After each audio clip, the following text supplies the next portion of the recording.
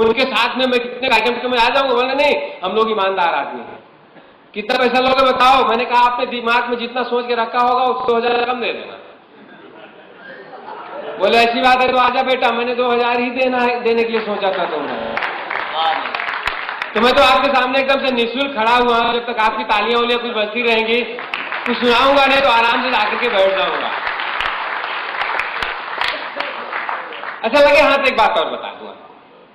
पिछले दिन गुजरात गया था, बहुत बड़े महात्मा से मैंने मिला, मैं उनके पांव छुए, मुझे आशीर्वाद दिया। बहुत बड़े महात्मा है, उन्होंने मुझे आशीर्वाद दिया कि जा बेटा, जो तुम्हारी कविताओं पर तुम्हारी बातों पर तालियां नहीं बजाएगा उसको अगले जन्म में घर घर तालियां बजानी पड़ेगी। तो मेरी बात आपकी समझ में आए या न आए, ये आपके भविष्य और आपके अगले जन्म का सवाल है। तालियां उलियां बजाते रहिएगा। देखना होगा पीछे वाले अभी भी नहीं बजा रहे हैं, आनंद लेते रहिएगा। हमारे युवराज भाई हैं, आपने मुझे छेड़ दिया इन्होंने, अब इनकी आदत है छेड़ने की। मैं इनकी एक बात आपको बता दूं, फिर मैं काव्य पाठ पर आ जाऊंगा कि ये जब पहली बार पढ़ लिख करके तैयार हुए तो नौकरी ढूंढने लगे, और नौकरी ढूंढते इन्हें नौकरी मिली मुर्गी पालन केंद्र के मैनेजर के रूप में। जब से ये उस केंद्र पर गए मुर्गियों ने अंडा देना ही बंद कर दिया। मालिक आया और उनके धमकाते हुए कहा कि कल से अगर सारी मुर्गियों ने सही अंडे नहीं दिए, इस मंदी में जब से तुम आए हो मुर्गियों ने अंडा देना बंद क्यों किया? बोले मुझे नहीं मालूम। बोले अगर ढंग से नौकरी करना है तो ढंग से मुर्गियों को अंडा भी देना होगा। जब वो गया तो इन्होंने सारी मुर्गियों को इकट्ठा किया और धमकाते हुए कहा कि देख भाई, कल से अगर सारी मुर्गियों ने 2-2 अंडे नहीं दिए तो काट करके मार्केट में खिला दिया जाएगा।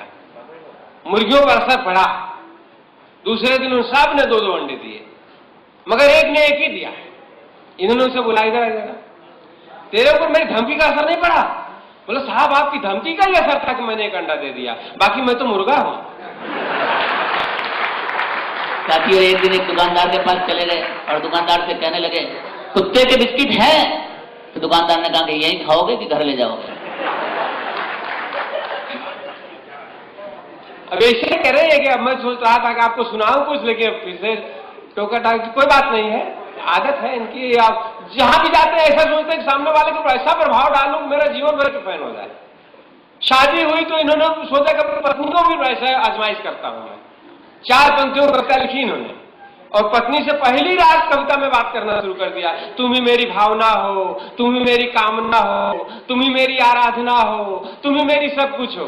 तो इनकी पत्नी भी सेम ही कवित्री निकल गई। उसने कहा तुम ही रमेश हो, तुम ही मेरे दिनेश हो, तुम ही मेरे मुकेश हो, तुम ही मेरे मायके वाले नरेश हो। एक दिन इन्होंने अपनी पत्नी से कहा कि आजकल तेरी सुंदर सी सहेली मेरे सपनों में आने लगी है। तो इनकी पत्नी बोली कि अकेली ही आती होगी। तो इन्होंने कहा राम, तुम्हें ये सब कैसे पता चल जाता है? तो इनकी पत्नी बोली कि उसका पति तो मेरे सपनों में आता है। अच्छा ठीक है, मैं आपसे बता दूं कि इनसे मेरी मुलाकात कैसे हुई थी। नागपुर में कब सम्मेलन में कविता पढ़ रहा था, सामने बैठे हुए थे और लोग जोर जोर उछल के ताली बजा रहे थे।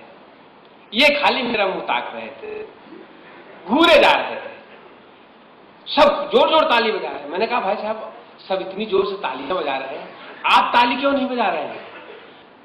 उन्होंने कहा सूरज जी आप अपना काम करिए, मैं पैसे वाला आदमी हूं, मैंने ताली बजाने के लिए 2 नौकर रखे हुए हैं। मैंने कहा अच्छी बात है। बाद में डांडिया शुरू हो गया। मैंने कहा डांडिया, आप वहां ताली बजाने के लिए आपने नौकर रखे, डांस तो करो। उन्होंने कहा सुरेश जी मैं बताया ना मैं पैसे वाला आदमी हूं यार, मैंने डांस करने के लिए 2 नौकर रखे हुए हैं।